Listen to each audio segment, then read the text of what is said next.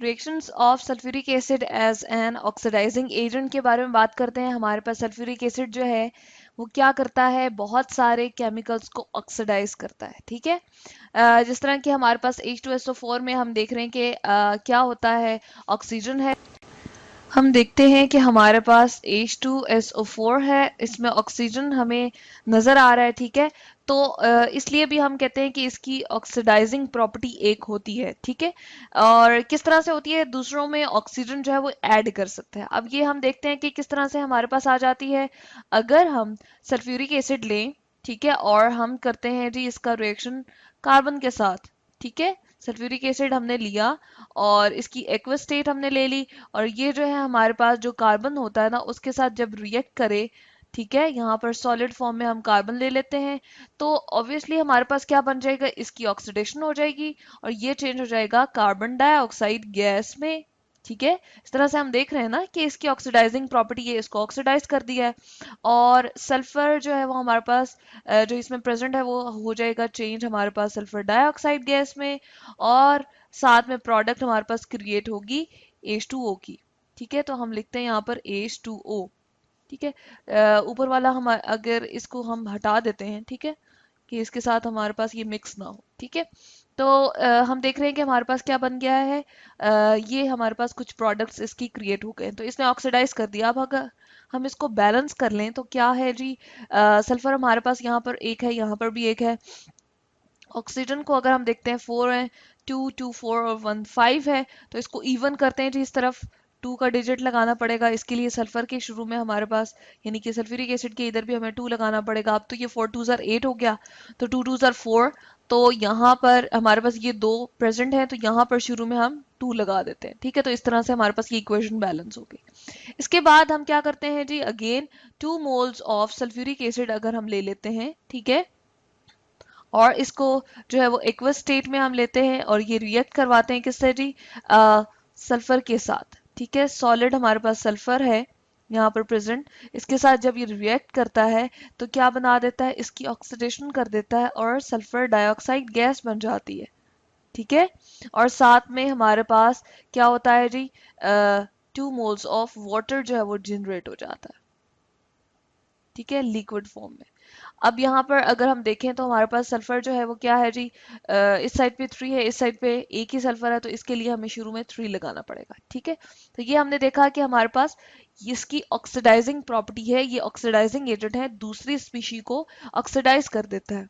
अगर हम hydrogen sulphide के साथ इसका रिएक्शन देखें, H2S है हमारे पास, ठीक है, गैस है, और इसको हम रिएक्ट करवाते हैं किसके साथ, सल्फ्यूरिक एसिड के साथ।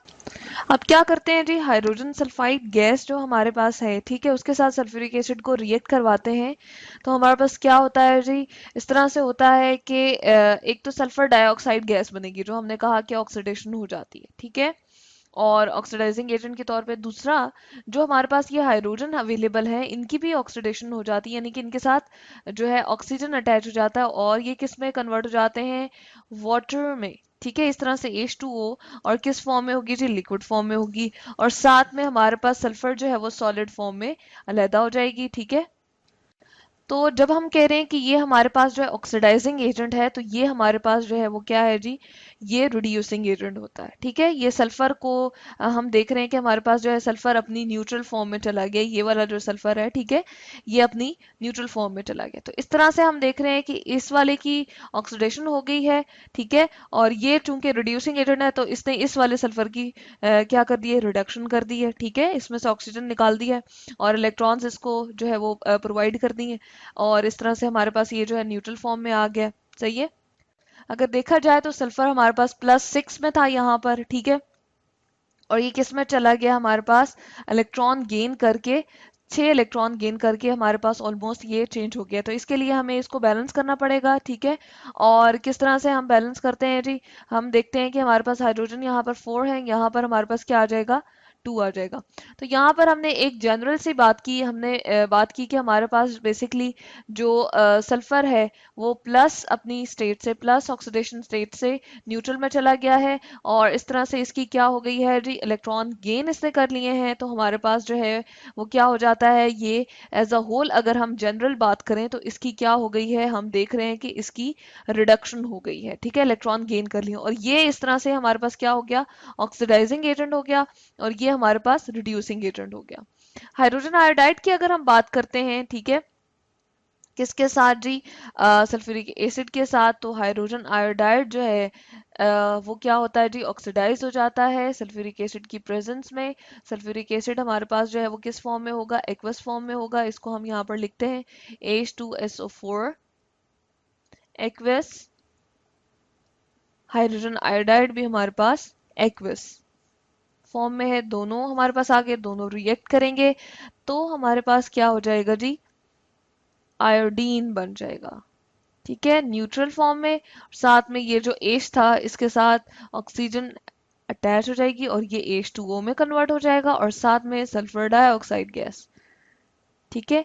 इस तरह से हमने देखा कि ये हमारे पास जो है प्रोसेस हो जाता है, और हमारे पास जो है सल्फ्यूरिक एसिड ऑक्सीडाइजिंग एजेंट के तौर पे एक्ट कर रहा होता है। अगर हम HBr की बात करें, हाइड्रोजन ब्रोमाइड की, ठीक है, चले हम इसको बैलेंस करते चलते हैं कि हमारे पास यहाँ पर क्या लगेगा, 2 मोल्स ऑफ, ठीक है, क्योंकि आयोडीन 2 है ना, तो इसलिए हमें यहाँ पर 2 करना पड़ेगा। हाइड्रोजन भी बैलेंस हो गए, जबकि सल्फर यहाँ 4 है, तो इसके शुरू में हमें क्या लगाना पड़ेगा, यहाँ पर 4, ठीक है, 2 लगाना पड़ेगा, सॉरी। ऑक्सीजन हमारे पास क्या हो गए, 2 और 2 4, तो इस तरह से ऑक्सीजन हमारे पास बैलेंस हो गए। हाइड्रोजन को हम देख रहे हैं 2 2 4, तो यहाँ पर 2 है, यहाँ भी 2 है, तो 4 हो गए, तो इस तरह से बैलेंस हो गए। सेम इक्वेशन हमारे पास हाइड्रोजन ब्रोमाइड के लिए भी यूज होगी, एक्वस फॉर्म में हमारे पास प्रेजेंट है, और रिएक्ट करेगा किसके साथ जी, सल्फ्यूरिक एसिड के साथ ये, और एक्वस हमारे पास होगा ये, सही है। और इसके साथ साथ हम कहते हैं कि जब ये प्रोसीड होता है, रिएक्शन हो जाता है, तो बिल्कुल जिस तरह आयोडीन हमारे पास गैस फॉर्म बन गई थी, इसी तरह से ब्रोमीन गैस हमारे पास जनरेट हो जाएगी, सल्फर डाइऑक्साइड बनेगा, ठीक है, यहाँ पर सल्फर डाइऑक्साइड गैस बन गई है, और साथ में 2 मोल्स ऑफ वाटर। तो ये हमने देखा कि हमारे पास सल्फ्यूरिक एसिड जो है वो ऑक्सीडाइजिंग एजेंट के तौर पे किस तरह से काम करता है, दूसरी केमिकल स्पीशी को क्या करता है जी, ऑक्सीडाइज कर देता है, ठीक है, और इस तरह से ये ऑक्सीडाइजिंग एजेंट के तौर पे बहुत सारे केमिकल रिएक्टेंट से रिएक्ट करता है।